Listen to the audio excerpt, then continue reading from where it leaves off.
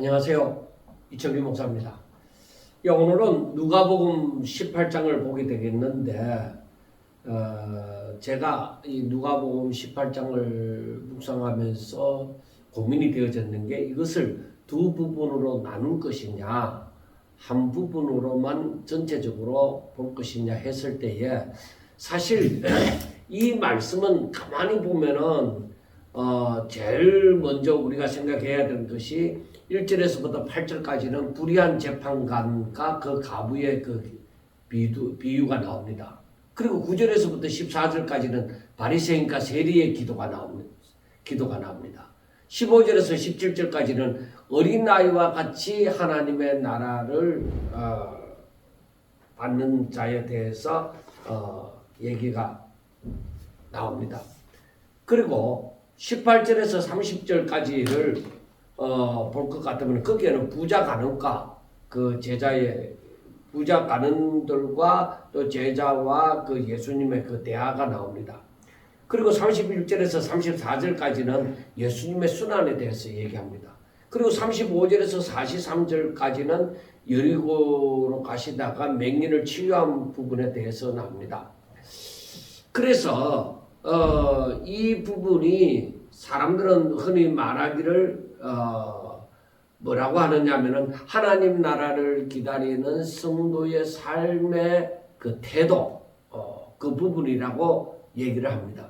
하나님의 나라를 기다리는 삶의 태도. 그러니까 우리가 앞에서 17장에서 그 재림의 날에 대해서 즉 인자의 날에 대해서 말씀을 했습니다. 예수님의 재림에 대해서 말씀을 하다가 그 재림을 생각하면서 18장에 있어서는 성도들이 이 마지막 때에 예수님이 오실 때에 말세에 어떠한 삶을 살아야 되느냐 그 삶의 태도에 대해서 얘기한다고 보면 됩니다. 그런데 제가 이 말씀을 가만히 묵상하다가 이 맥을 어떻게 이어갈 수가 없었습니다. 그런데 제가 생각하는 것은 무엇이냐면 이 첫 번째부터 마지막까지의 그 모든 비유가 우리가 실제적으로 보면 6가지로 나눌 수 있잖아요. 6가지로 나눌 수가 있는데 이 6가지의 그 말씀 모두가 뭐를 얘기를 하느냐면은 하나님만 바라보는 믿음에 대해서 말씀을 하고 있습니다. 하나님만 바라보라는 것입니다. 마지막 때에 성도들이 오직 하나님만 바라보는 믿음을 가져야 한다는 것을 이 누가복음 18장에서 말씀을 하고 있습니다. 누가가 요 사건 조금, 저 사건 조금, 저 사건 조금 이런 식으로 해서 가업을 한 것이 아니라 하나의 맥락이 있게 누가복음 18장을 정리를 했다고 보면 되는 것입니다. 그래서 제가 생각할 때는 하나님만 바라보는 믿음. 누가복음 18장에 대해서 제가 제목을 붙이고자 하면은 하나님만 바라보는 믿음입니다. 그래서 우리가 불의한 재판관과 가부에 대한 비유도 마찬가지고 바리새인과 세리의 그 기도의 비유에 대해서도 마찬가지고 그 나머지도 전부 다 우리들한테 뭐를 얘기하고 있느냐 하나님만 바라보라 하나님만 믿으라 하는 것입니다. 우리가 생각해 볼 때에 하나님께서 천지 만물을 창조하실 때 천지 만물을 창조하실 때에 이때에 사람들을 향해서 하나님께서 원하시는 것이 무엇이었습니까? 그리고 이 천지 만물이 전부 다 뭐예요? 하나님의 영광을 드러내는 것입니다. 하나님의 영광을 드러내는 것인데 그러면 이 사람은 어떻게 하나님의 영광을 드러낼 것이냐? 그것은 하나님의 말씀을 듣고 순종함으로써 하나님의 복을 누림입니다. 그러니까 즐겁고 기쁘게 누림입니다. 이것이 하나님 앞에 영광이 되는 것, 하나님께 영광이 되는 것입니다. 그러니까 이렇게 살아라는 것입니다. 처음부터 너희들은 오직 하나님의 복 가운데서 너희들이 마음껏 누리며 기뻐하고 즐거워하고 하나님을 찬양하고 그렇게 하나님을 경외하는 심령으로 살아라는 것입니다. 그러니까 하나님만 바라보라. 하나님만 바라보라.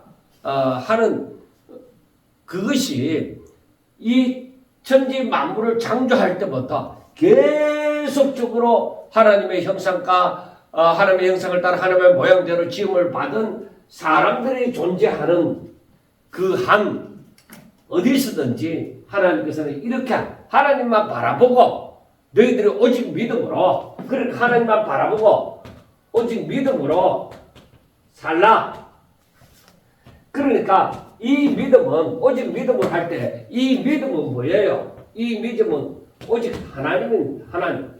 창조주이신 하나님입니다.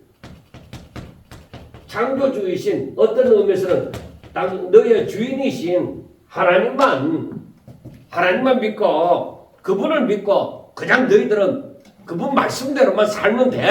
아무 걱정하지 마. 아무런 염려하지 마. 바로 그런 것입니다. 그래서 누가복음 18장에서도 말씀하는 것이 바로 무엇이냐? 하나님만 바라봐라.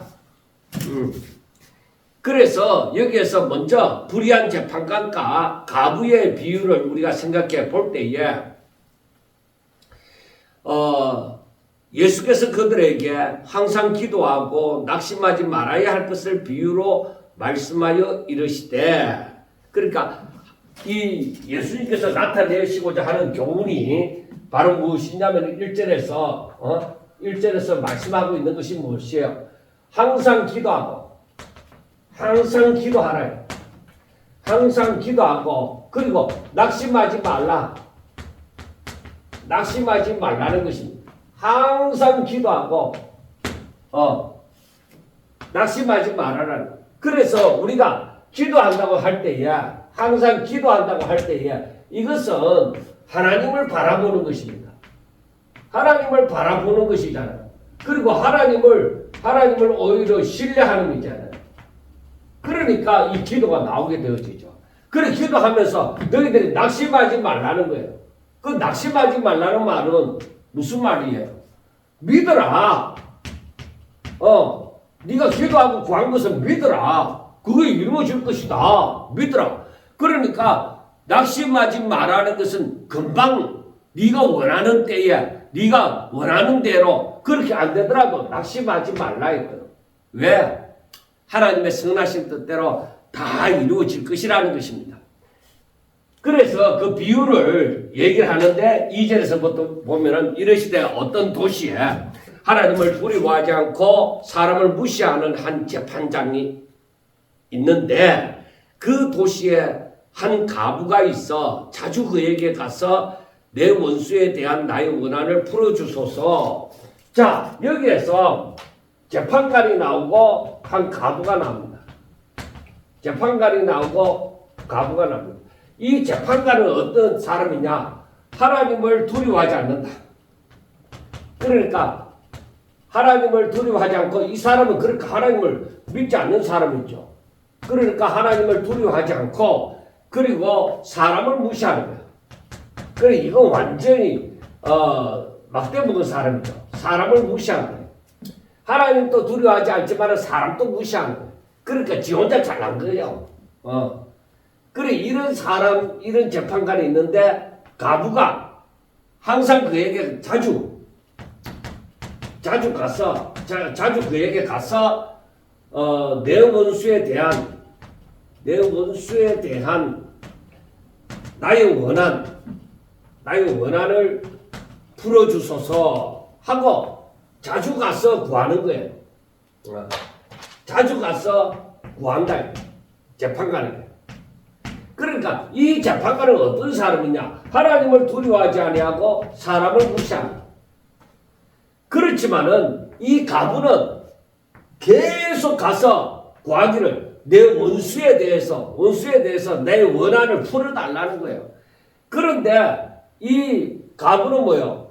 사람이 완전히 하나님을 두려워하거나 그런 것도 없고 사람도 뭐 무시하는 그런 사람이지만은 이 과부가 계속 가서 자기 원한을 풀어달라고 그렇게 말을 하는 거예요. 그래서 5절에 보면은 이 과부가 이 재판관이 생각하기를 이 과부가 나를 번거롭게 하니, 그러니까, 자주 가서 번거롭게 하니, 야, 내가 원한을 풀어주리라. 그래, 안 그러면은 계속 와서 나를 괴롭히리라. 그러니까, 이렇게, 이런 막대 먹은 사람도 계속적으로 가갖고 번거롭게 하면서 자기 원한을 풀어달라고 하니까 이 사람이 너무 고통스럽다 이거야. 이게 너무 고통스러운 거야. 그러니까 야 내가 그 과부의 원한을 풀어주자 그렇게 하는 것이죠. 그때에 예수님께서 말씀하기를 또 이랬을 때 불의한 재판장이 말한 것을 들으라. 하물며 이 불의한 재판관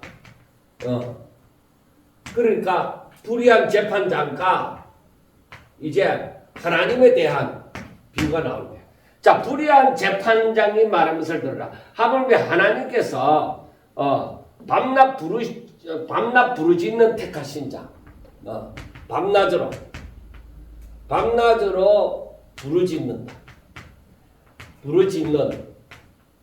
택하신 자, 택하신 자들의 원한을 풀어주지 아니하시겠느냐? 그들에게 오래 참으시겠느냐? 내가 너희에게 이르노니 속히 그 원한을 풀어주리라.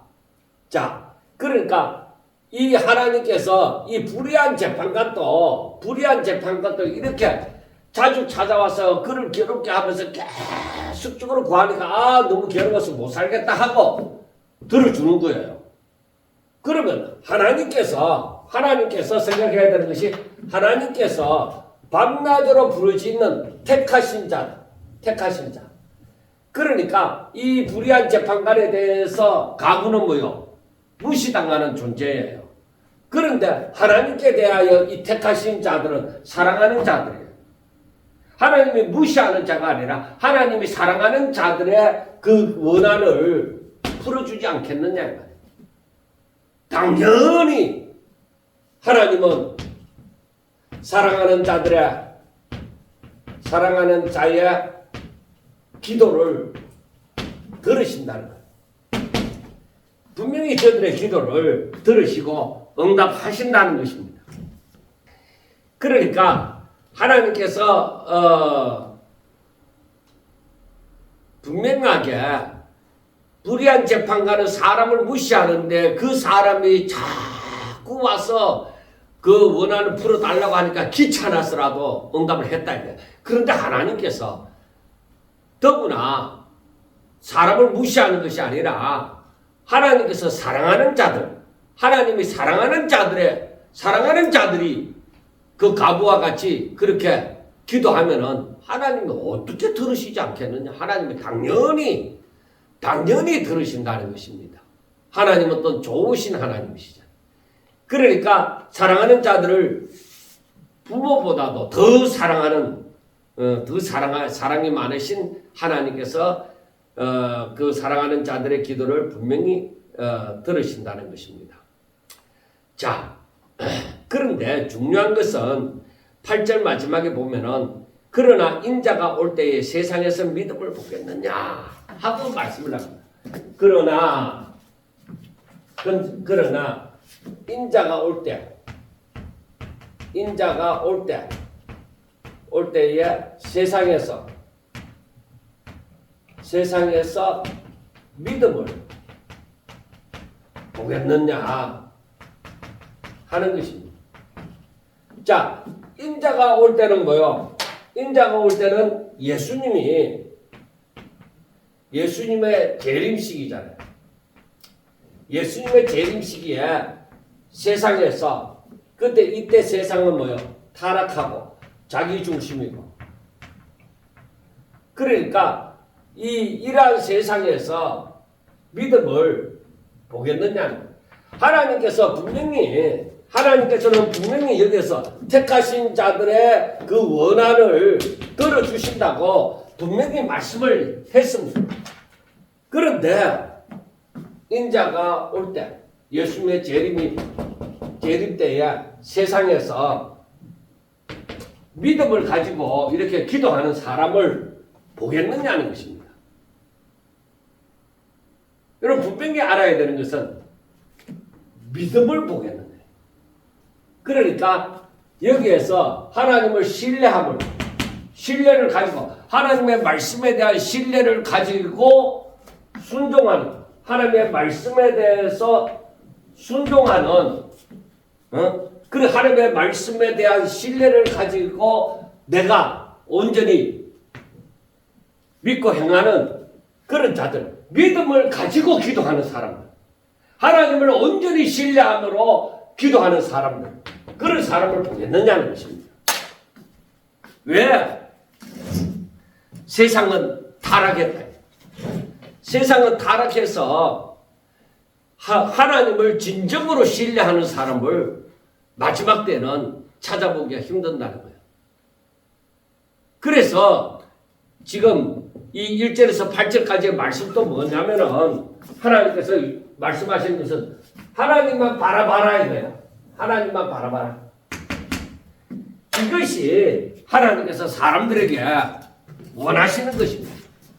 하나님만 바라봐라. 우리들에게 너무나도 중요한 것입니다. 그런데 사람들이 왜 이런 신뢰가 없느냐, 이런 믿음을 끝까지 가지지 못하느냐, 그것은 첫째, 내가 기도했는데 나는 급한 거야. 근데 하나님의 응답이 없어. 그러니까 응답이 안 하는 것이 아니라 지연되는 것이고, 또 내가 원하는 대로가 아니라 하나님이 원하시는 대로 그 응답이 주어진단 말이에요. 왜? 내 원함은 내 욕심으로 갖고 기도했기 때문입니다. 그래서 하나님의 원하심하고 하나님의 응답하고 다를 수가 있는 거예요. 그럴 때에 사람들이 낙심을 할 수가 있습니다. 그 다음에 세상에 유혹이 많음으로 말미암아서, 그리고 세상적인 염려에 붙들림으로 말미암아서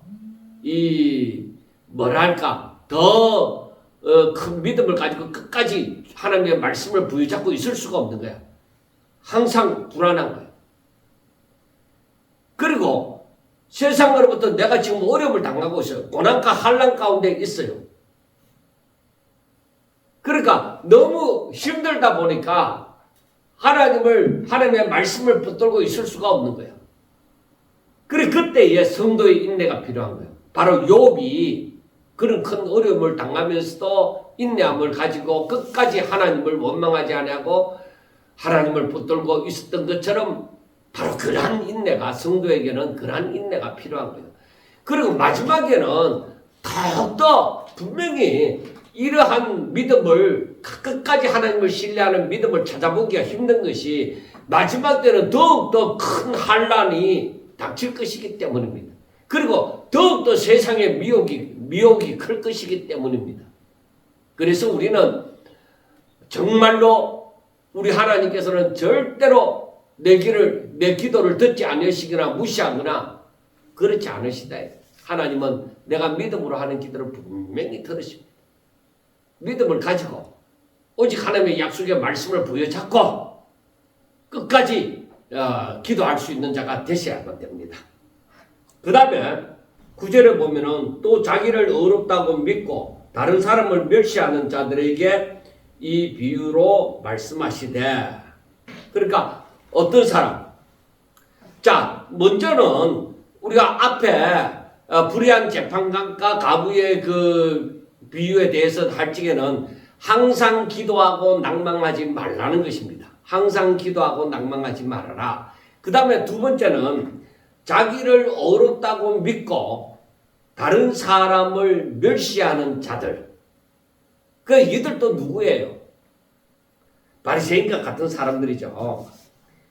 그러니까 이 비유로 말씀하시되 두 사람이 기도하러 성전에 올라가니 하나는 바리새인이요 하나는 세리라.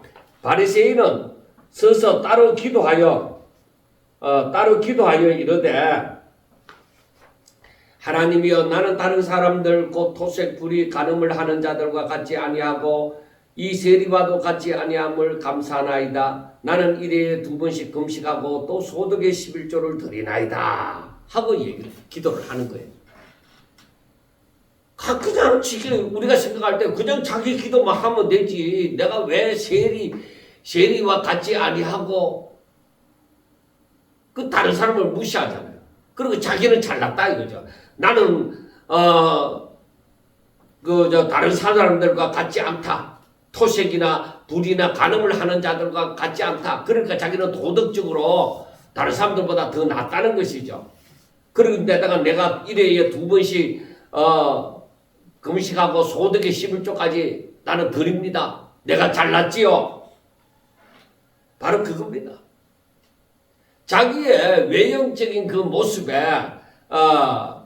그 외형적인 그 모습, 그 율법을 준수하는 그 모습에 이제 자기가 잘났다는 것을 나타내는 것이죠.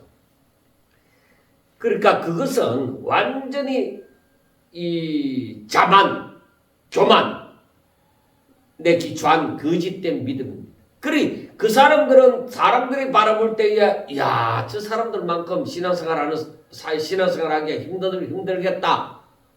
그렇게 얘기할 수 있는데 그런데 우리가 이 말씀을 가만히 보면은 순전히 이거는 교만이에요. 내가 이만큼 잘났어 하는 걸 드러내기 위해서 그 모든 것을 하는 것이잖아요. 그래서 다른 사람을 그렇게 살지 못하는 사람을 무시하잖아요. 그런데 여러분 이 말씀을 가만히 생각하면서 우리가 느끼는 것이 바로 무엇이냐? 우리도 어느 순간에 내가 잘했다고 생각하는 것에 대해서 감추지 않고 드러내는 일이 있습니다. 그래서 왜 그럴까? 왜 드러내야 될까? 내가 무슨 마음으로 이런 것을 자꾸 드러낼까? 사람들 앞에 말할까? 했을 때에 바로 나 자신에게도 바리새인과 같은 그 부패한 마음이 있다는 거예요. 어떤 면에서는 사단의 그 미혹에 빠져 있는 거예요. 오히려 자신이 한 일을 드러내지 아니하고 오히려 겸손하게 엎드리고 오히려 주를 닮아가는 그런 삶을 살아야 될 텐데 내가 일할 때는 뭐 어떤 하나님을 믿는 믿음으로 그렇게 한다 하는 것처럼 해놓고 나중에는 자기를 드러내는 거야. 그래서 이것까지도 다 마땅한 것으로 무익한 종처럼 그렇게 해야 될 때인데 사람은 자꾸 드러내는 거예요. 저도 이런 부분 때문에 때로는 많은 고통을 느낍니다. 그런데 세리는 보자고요. 세리는 멀리 서서 감히 눈을 들어 하늘을 쳐다보지도 못하고 다만 가슴을 치며 이르되 하나님이여 불쌍히 여기소서 나는 죄인이로소이다 하였느니라. 세리는 뭐요? 하나님 앞에서 자신의 그 못남이 보이는 거죠. 그래서 하나님 나는 죄인입니다. 나는 잘한 것이 없습니다. 아무것도 드러낼 것이 없습니다. 하나님이 나를 불쌍히 여겨주소서. 그렇지 아니하면 나는 감히 머리도 들 수 없습니다. 이 자리에 올 수도 없습니다. 정말 자신이 죄인 그 모습을 보여주는 것이죠. 그런데 그 다음 14절의 말씀에 내가 너희에게 이르노니 이에 저 바리새인이 아니고 이 사람이 즉 세리가 의롭다 하심을 받고 그의 집에로 내려갔느니라. 무릇 자기를 높이는 자는 낮아지고 자기를 낮추는 자는 높아지리라 하고 말씀을 합니다. 자, 여기에서도 보면은 구절에 자기를 어렵다고 믿고 다른 사람을 멸시하는 사람들, 이 사람들은 형식적인 신앙인입니다. 신앙인은 하나님의 이름을 부르는 자는 하나님의 이름을 부르는 자인데 그게 형식적이다. 오히려 신앙이 있다고 말하기보다는 오히려 불신앙에 가까운 자들입니다.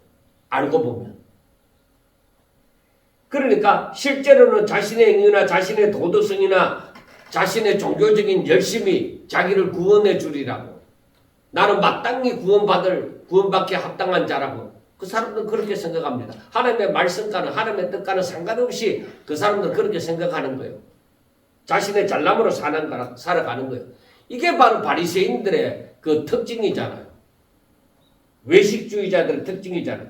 그러니까 종교는 있지만 생명이 없어. 이 사람들은. 그래서 우리가 9절에서부터 보는 것은 9절에서부터 14절 말씀까지 가만히 보면서 생각하는 것은 무엇이냐? 그러니까 9절에서 이 바리새인과 세리를 두고 보아서 이 사람들은 자신의 의를 믿습니다. 자신의 의를 드러내고 자신의 공로를 드러냅니다. 세리는 자신이 죄인인 것을 알고 오직 하나님의 긍휼을 바라는 거예요. 그러니까 사람이 볼 때는 어떠하냐? 사람이 볼 때는 세리보다는 바리새인이 신앙생활을 잘하고 바리새인이 신앙생활을 잘하고 이 사람이 구원받을 것 같습니다. 그래서 우리가 앞에서도 보았지만 바리새인은 사람들 앞에서 옳다함을 받는다. 그리고 대우도 받는 거예요. 높은 자리에도 앉는 거예요. 그러니까 당연히 바리새인은 자기가 구원받을 수 있다고 구원받기 합당한 자라고 생각하죠. 그런데 이 세리는 이미 드러난 죄인이잖아요. 그런데 세리는 교만하지 아니하고 하나님이여 나를 불쌍히 여기소서. 왜? 하나님이 나를 불쌍히 여기지 아니하면은 나에게 구원이 없다. 그러면은 하나님이 바라보실 때야, 하나님께서 바라보실 때는 어떠냐? 세리와 바리새인을 두고 보았을 때 하나님께서는 어떠냐? 세리가 의롭다함을 받는 거예요. 세리가 의롭다함을 받고 가는 거예요. 이게 중요한 거예요. 하나님의 눈으로 바라볼 때, 하나님이 바라볼 때는 세리가, 즉 처음에 우리가 조금 전에도 얘기했지만 하나님이 사람을 만들 때 오직 하나님을 바라보고 하나님의 복 가운데서 너희들이 살고 그걸 누리면서 하나님을 경외하도록 그렇게 했잖아요. 너희들이 열심히 노력해서 너희들이 공로를 세워서 너희들의 힘으로 구원을 얻으라. 그거 없잖아요. 하나님은 전적으로 하나님을 의지하고 하나님을 믿고 살아가기를 원하는 거예요. 사람의 노력으로서 자기의 의로서는 구원받을 수가 없습니다. 그렇게 생각하고 그걸 드러내는 사람들은 내가 몇 대째 예수 믿고 내가 얼마나 신앙생활을 잘하는지, 그러니까 부자 나중에 나오잖아. 부자 가난들도 마찬가지예요. 내가 어려서부터 이렇게 신앙생활을 계명을 다 지켜서 행해 왔습니다. 그러니까 저 세리 같은 사람들보다는 내가 더 하늘나라에 가깝죠. 구원받는다면 내가 받아야 되죠. 그렇게 생각합니다. 근데 하나님의 뜻하고 맞느냐? 아니요. 하나님의 뜻하고는 안 맞아요. 하나님의 뜻은 오로지 하나님의 긍휼을 바라고 하나님 앞에 엎드리고 하나님의 말씀을 듣고 순종하는 자가 자로서의 삶을 살아가는 거예요. 그래서 하나님의 뜻은 무엇이냐? 하나님의 뜻은 여기에서 보는 것처럼 무릇 자기를 높이는 자, 그 자기가 잘났다 하고 이렇게 자기를 높이는 자는 분명히 하나님 앞에서는 낮아지고, 그리고 자기를 낮추는 자, 오히려 하나님 앞에 겸손하게 엎드려서 하나님의 긍휼을 바라는 이런 사람들은 오히려 하나님이 잘했다, 높아지리래. 이게 중요한 거예요. 이게 하나님의 뜻이에요. 자기를 높이는 자는 낮아지고 자기를 낮추는 자가 오히려 높아지는 거예요. 이게 하나님의 법칙이다 이 말이에요. 그래서 우리가 이 말씀 가운데서 보면은 뭐를 바라보느냐? 그런 다른 거 없잖아요. 바로 세리처럼 하나님만 바라보고 의지하라. 저에게서 모든 것이 나온다. 하나님만 바라보라. 자, 그 다음에 15절부터 보면 사람들이 예수께서 만져주심을 바라고 자기 어린아기를 데리고 오매 제자들이 보고 꾸짖거늘 예수께서 그 어린아이들을 불러 가까이 하시고 이르시되 어린아이들이 내게 오는 것을 용납하고 금하지 말라. 하나님 나라가 이런 자의 것이니라. 내가 진실로 너희에게 이르노니 누구든지 하나님의 나라를 어린아이와 같이 받아들이지 않는 자는 결단코 거기 들어가지 못하리라. 자, 여기에서 상황은 뭐예요? 사람들이 예수님께서 아이들을 만져주시고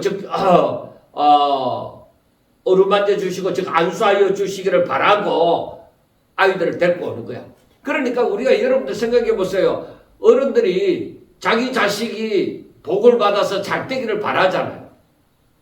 그래, 그 당시에 고대 근동에서 그 당시의 풍습이 어떠했느냐면은 랍비나 영적 지도자에게 아이들을 데리고 가서 그 기도를 받게, 안수를 받게 했습니다.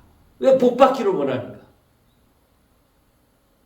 그러니까 여기에서 예수님께서 만져주시기를 바란다는 것은 바로 고대 그 랍비나 영적 지도자가 아이들에게 안수하여 주신 것처럼 그렇게 부모들이 그들에게 안수 받음으로 아이들을 복 받기를 원하는 그 마음으로 예수님 앞에 아이들을 데리고 온 거예요. 그런데 제자들이 이 아이들이 시끄럽고 하니까 꾸짖는단 말이에요.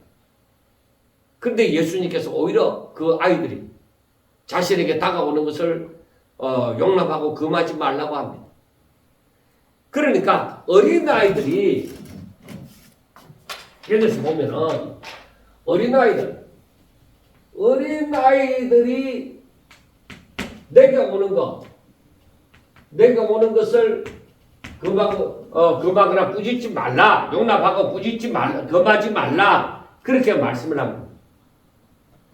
하나님의 나라가 이런 자의 것이다. 이런 자의 것이다. 어린아이와 같은 자의 것이다. 하고 말씀을 합니다. 자, 여기에서 보면은 어린아이가 내게 오는 것은 바로 나한테 복받기를 원하여서 내가 안수하여 주기를 바라서, 그러니까 어떤 의미에서는 이것은 예수님을 알고자 그리고 주님께 나아가는 것.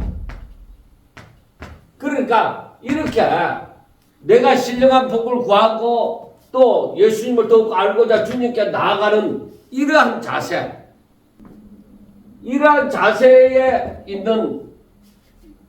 자세로 하나님 앞에 나오는 사람은 하나님께서 절대 내치지 않는 거예요. 그러니까 신령한 것을 사모하라. 그리고 하나님을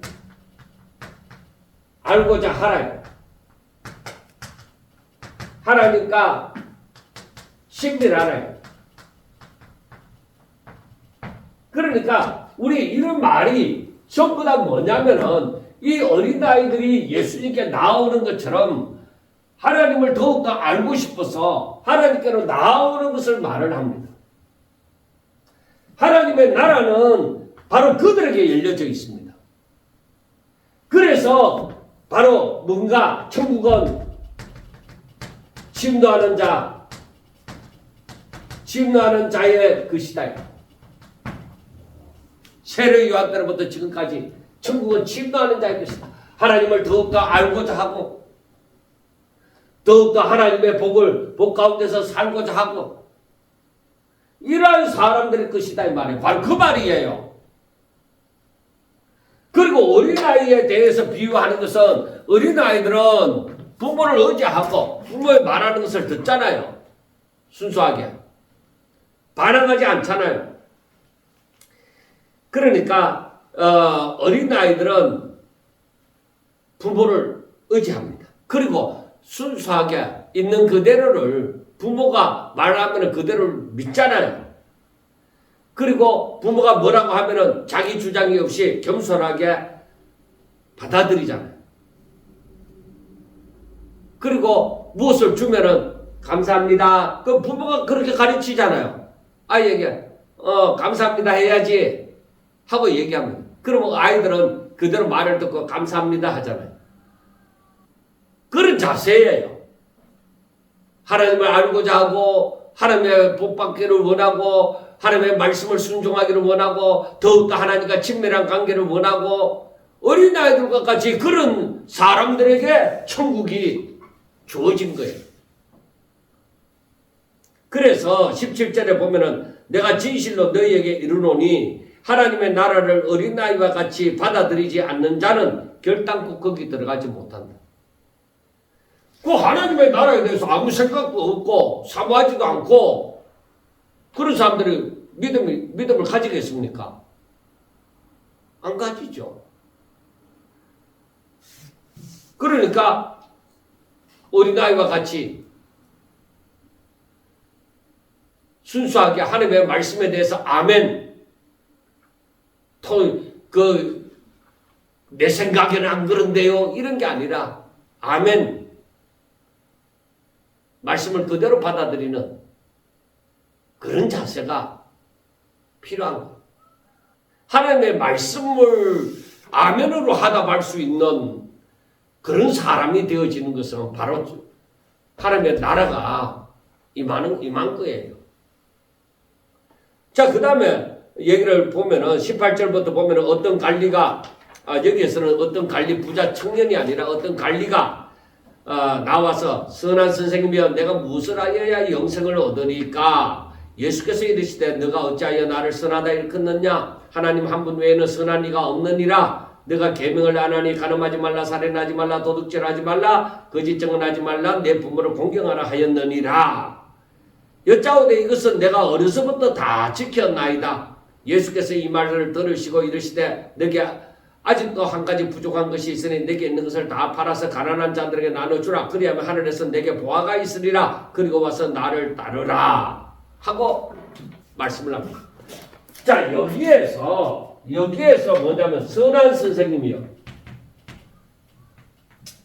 선한 선생님이라고 했습니다. 그런데 예수님께서 하시는 말씀이 너가 어찌해서 나를 선하다 하느냐?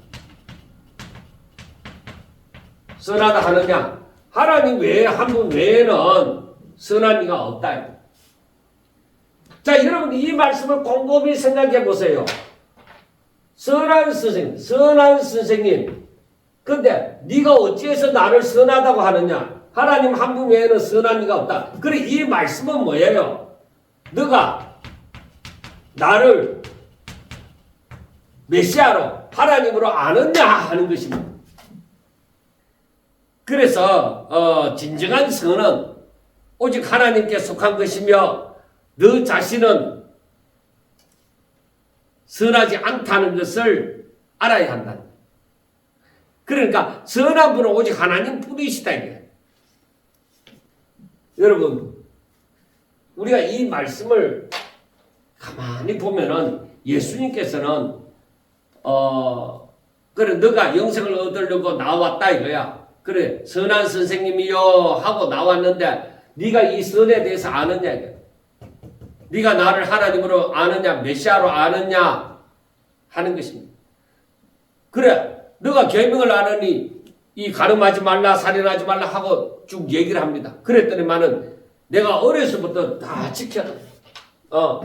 네가 계명을 안 하니 그러니까 어려서부터 다 지켰다. 얼마나 대단한 사람입니까? 이 말씀대로 살아온 거예요. 그러니까 이것은 내가 어려서부터 지켜나이다 하는 말씀은 뭐예요? 이것은 자기 자신에 대해서 확신을 가지는 거예요. 그리고 자기 의에 대해서 확신을 가지는 거예요. 그리고 이것은 자기 만족이에요. 내 삶이 계명을 다 지키면서 살아왔습니다 하는 자기 만족이에요. 그래서 여기에서 우리가 생각해야 되는 것이 예수님께서 나중에 보면은 너에게 한 가지 부족한 것이 있다 하고 얘기하잖아요. 그러면은 예수님은 이미 이 사람의 한 가지 부족한 걸 알고 계셨을 것이다 이 말이에요. 그런데 왜 네가 계명을 지키라 그렇게 말씀을 했는가요? 그러니까 이 사람은 어려서부터 다 지켰습니다 하잖아요.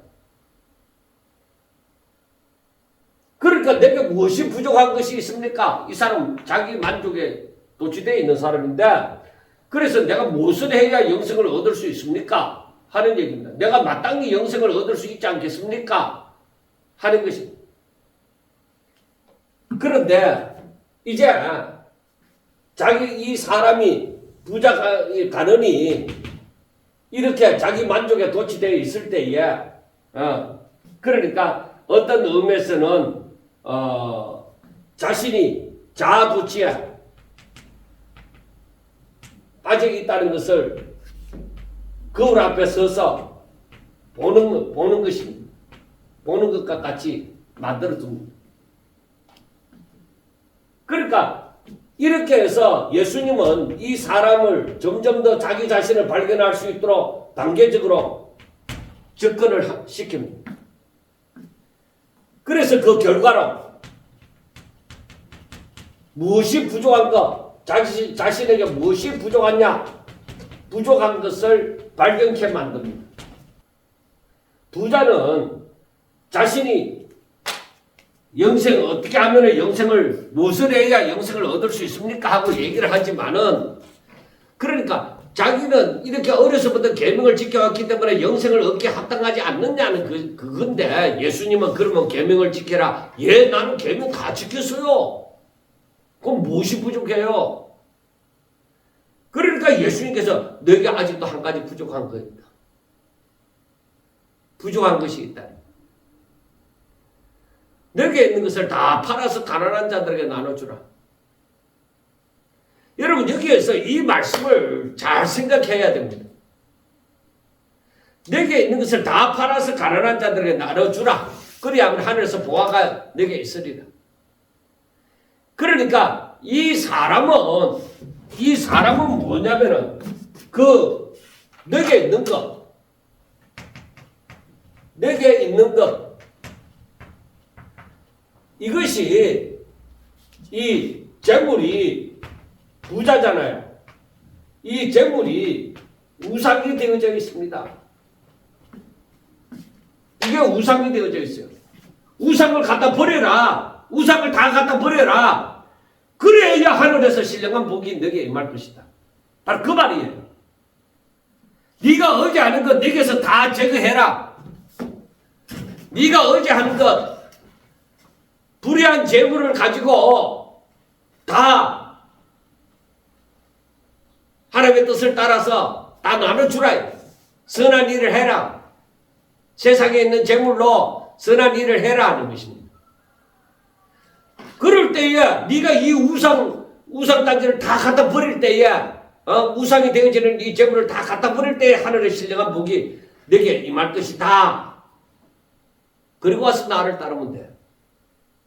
그 말은 이것은 우리들에게 참 큰 교훈을 주는 것입니다. 사람들은 이 세상에 살면서 주일도 잘 지켜, 11조도 잘해, 뭐 감사도 잘해, 봉사도 잘해 하지만은 자기 재물이 최고 중요한 거예요. 하나님의 말씀, 하나님의 뜻 그보다 더 중요한 것이 자기 재물이에요. 그러니까 예수님이 말씀하시잖아요. 너가 나를 선하다 하느냐? 선한 분은 하나님 한 분뿐이시다. 너가 나를 메시아라고 믿느냐? 그럼 내 말을 들어야 되잖아. 못 듣는 거예요. 메시아라고 알지 안 할 뿐만 아니라 가르쳐줘도 영생을 얻을 수 있는 방법을 가르쳐줘도 저들은 못 따라하는 거예요. 왜? 예수님의 말씀보다 재물이 더 크거든. 예수님보다 재물이 더 크게 느껴지는 거예요. 그러니까 근심하면 심히 근심하더라 하잖아요. 자그마한 없는 사람들 뭐 돈 1, 200만 원 뭐 없이 여기는 거 그거는 별거 아닌데 이 사람은 엄청난 큰 부자라고 하니까 엄청난 부자라는 거예요. 수십억 수백억을 가졌다고 합시다. 그런데 그걸 다 팔아서 가난한 자들에게 주고 그리고 와서 예수님을 따른다고? 그 사람들은 그럴 거예요. 그런 예수 나 안 믿는다. 이렇게 말할지도 몰라요. 그래서 부자가 천국 따라가기 힘든다는 거예요. 그래서 여러분 그 다음 24절부터 말씀 보세요. 예수께서 그를 보시고 이러시되 재물이 있는 자는 그에게 얘기합니다. 재물이 있는 자는 하나님의 나라에 들어가기가 얼마나 어려운지 낙타가 바늘기로 들어가는 것이 부자가 하나님 나라에 들어가는 것보다 쉽다는 것이죠. 너는 영생보다가 재물을 우선시 하잖아. 그래갖고는 영생 못 얻는다는 것이죠. 그래서 듣는 자들이 이르되 그래 듣는 자들 그 곁에 있는 제자들이 두고 말을 하겠죠. 누가 구원을 얻을 수 있겠습니까? 하고 얘기합니다. 여러분 앞에서도 우리가 보았지만은 이 바리새인들은 이 돈을 사랑하잖아요. 그런데 그 당시에 바리새인만 아니라 그 당시에 유대인 사회에서 바리새인뿐만 아니라 유대 사회에서도 이 부와 성공이 곧 하나님의 축복과 의로움의 증거라고 생각하는 거예요. 내가 부자고 성공한 사람이면은 하나님께 복을 받은 사람이라고 생각하고 그 사람은 의로운 사람이라고 생각하는 거예요. 그러니까 사람들 듣는 사람들이 그러면은 누가 구원을 받습니까? 저 부자가 구원을 못 받으면 그럼 누가 구원을 받습니까? 하고 물었던 것이죠. 그러니까 그런 인정함을 받는 부자조차도 구원을 못 받는다면 도대체 누가 구원을 받겠느냐는 것입니다. 이것이 제자들에게 충격으로 다가온 것입니다. 그런데 27절에 말씀하기를 이르시되 무릇 사람이 할 수 없는 것을 하나님은 하실 수 있느니라. 사람이 할 수 없는 것을 하나님은 하실 수 있느니라 하고 말씀을 합니다. 그러니까 인간의 힘으로는 누구든 구원에 이를 수 없다는 것입니다. 자기의 의나 노력이나 도덕성 가지고는 결코 영생을 얻을 수 없다는 것입니다. 오직 구원은 하나님의 은혜와 능력으로 가능하다는 것입니다. 그래서 부자 가는도 재물을 팔아 가난한 자들에게 주었더라면 만약에 우리가 한번 봅시다. 자, 구원은 누가 구원을 받을 수 있습니까? 구원은 사람으로는 할 수 없다. 사람의 어떤 노력이나 의로서는 할 수 없다. 오직 하나님으로서만 가능하다는 것. 그러니까 하나님의 은혜와 능력으로서만 이 구원이 가능하다는 거예요. 그러면은 만약에 이 부자가 가난한 자들에게 재물을 팔아서 다 나누어 주었더라면 이 부자가 구원을 받았을 것이다 이거. 그런데 이 부자가 이 가난한 자들을 위해서 재물을 팔아서 가난한 자들을 나눠주는 것이 인간의 힘으로는 안 된다는 거예요.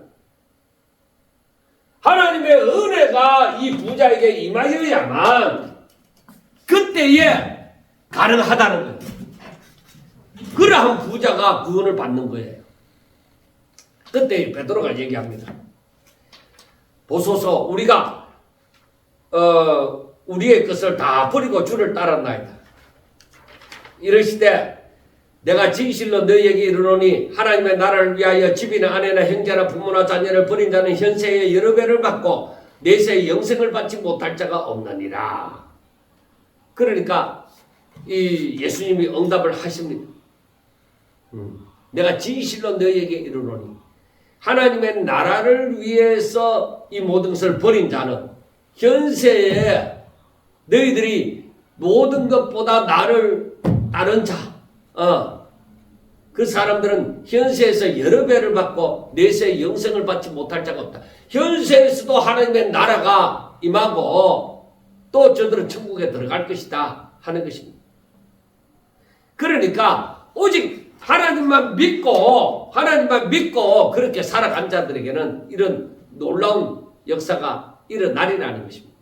31절 보세요. 예수께서 12제자를 데리시고 이르시되 보라 우리가 예루살렘으로 올라가나니 선지자들을 통하여 기록된 모든 것이 인자에게 응하리라. 인자가 이방인들에게 넘겨져 희롱을 당하고 능욕을 당하고 침뱉음을 당하겠으며 그들은 채찍질하고 그를 죽일 것이나 그는 3일 만에 살아나리라. 제자들이 이것을 하나도 깨닫지 못하였으니 그 말이 감치였으므로 그들이 그 이르신 바를 알지 못하였더라 하고 말씀을 합니다. 그러니까 여기에서는 이 예수님이 세 번째로 이제 그 예수님이 예루살렘에 올라가서 순환을 당할 것이다 하는 것을 말씀을 합니다. 그런데 중요한 것은 제자들이 못 깨달았다는 거예요. 제자들이. 그러니까 그 말씀의 이 진정한 의미, 즉 하나님의 구원 계획과 그 속에서 예수님의 고난과 그 목적과 의도를 왜 이렇게 고난을 당해야만 되는지, 왜 죽음을 맞이해야 되는지, 이런 것을 하나님의 이 계획과 섭리를 제대로 몰랐다는 거예요. 그러니까 예수님을 바라보는 것도 정치적인 시각이고, 예수님이 이제 언젠가 왕이 되어지면 자기들이 뭐 우의정을 할 것이냐 좌의정을 할 것이냐 그런 생각을 하는 것이죠. 하나님의 계획과 섭리를 제대로 알지 못함으로, 그리고 예수님이 왜 이 세상에 오셨는지 그걸 알지 못함으로 말미암아 예수님이 예루살렘에 올라가서 고난을 받고 또 죽임을 당하고 그리고 다시 부활해야만 된다는 것을 이들이 그때는 몰랐어요. 왜 그러냐? 메시아에 대한 고정관념 때문입니다. 그들은 정치적인 메시아를 기다렸고 아직까지도 유대의 그 문화에 푹 젖어 있기 때문에 그 하나님의 뜻을 제대로 발견할 수가 없었습니다. 그리고 하나님의 그 구원 방식에 대해서 이해가 부족했습니다. 그러니까 하나님을 잘 알지 못함으로 하나님의 뜻, 그 계획을 알지 못함으로 말미암아 그런 말씀을 할 때 왜 그렇지? 왜 그렇지? 그렇게 생각하는 거예요. 왜 고난을 받아야 되지? 왜 죽임을 당해야 되지? 오히려 예수님은 무엇이든지 하실 수 있는데 오히려 저들과 싸워 이겨야지. 죽으면 저들이 죽어야 되지 왜 예수님이 죽어? 죽으면 끝 아닌가? 그 여러 가지로 인간의 생각에서 아직까지 하나님의 그 나라의 그 크신 뜻을 알지 못함으로 말미암아 하나님을 잘 알지 못함으로 말미암아서 그랬습니다. 그 결국에는 하나님이 저들에게 알게 하셔야 되는 거예요.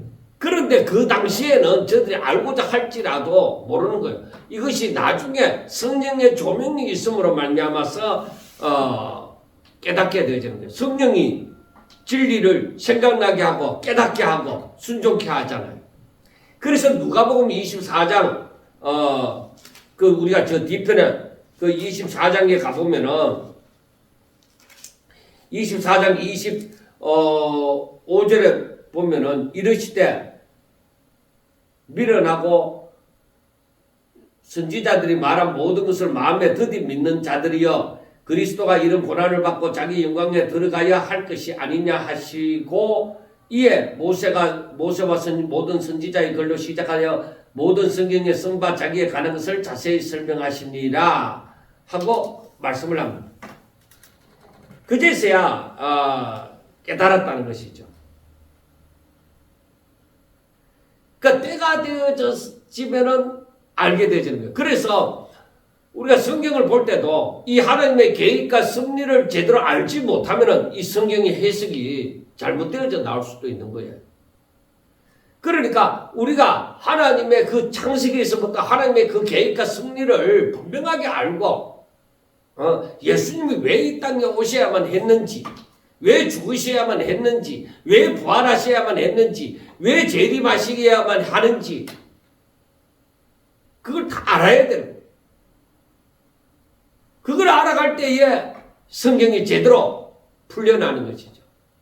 그리고 아까 좀 전에도 얘기했다시피 하나님 나라에 대해서 사모해야 됩니다. 하나님과 더욱더 친밀하고자 하고 하나님의 나라를 알고자 하고 신령한 것을 알고자 하고 그 신령한 것들을 또 사모하는 그런 사람이 되셔야 그 가운데 성령이 역사하여 우리로 하여금 알게 하여 주시는 것입니다. 그래서 이때도 뭐요? 이렇게 예수님의 순환을 받게 되어지지만은 어떠한 일이 있더라도 너희들은 하나님만 바라봐라. 하나님만 바라봐라. 바로 그겁니다. 자, 마지막으로 35절부터 보면은 여리고에 가까이 갔었을 때에 한 명인이 길가에 앉아 구걸하다가 무리가 지나감을 듣고 이 무슨 일이냐 물은데 그들이 나사렛 예수께서 지나가신다 하니 맹인이 외쳐 이르되 다윗의 자손 예수여 나를 불쌍히 여기소서 하거늘 앞서가는 자들이 그를 꾸짖어 잠잠하라 하되 그가 더 크게 소리 질러 다윗의 자손이여 나를 불쌍히 여기소서 하는지라 하고 말씀을 합니다.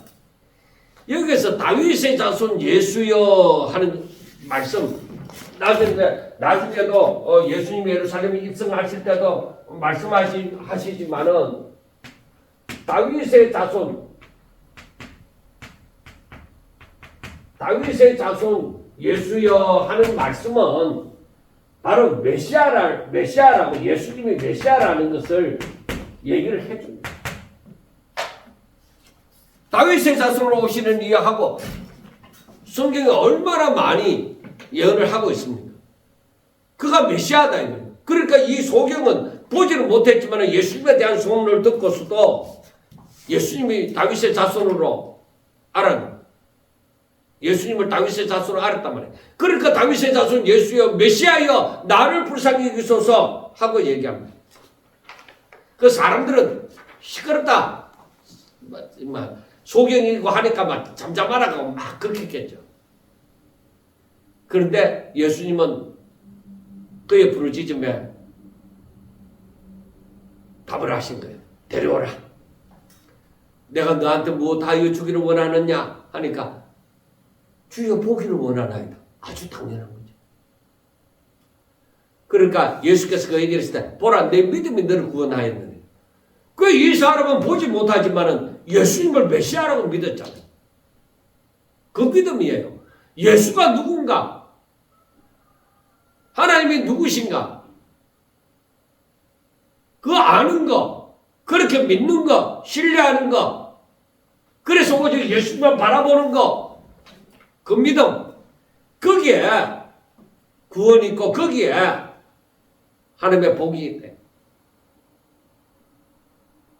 그래서 우리가 이 말씀을 가만히 보면서 이 누가복음 18장 말씀을 가만히 보면서 이 마지막 때를 살아가는 우리들에게 정말 필요한 것이 무엇이냐? 오직 하나님만 바라보고 하나님의 말씀을 그대로 부여잡고 내가 신뢰하고 낭망하지 않고 항상 기도하고 그를 의지하고 그의 뜻대로 살고자 하고 그것이 필요한 거예요. 그걸 얘기해 주는 거예요. 우리 삶의 중심에 하나님이 주인이 되어지는 거예요. 그게 필요한 거예요. 그와 같은 역사가 있으시기를 주의 이름으로 축원합니다. 감사합니다.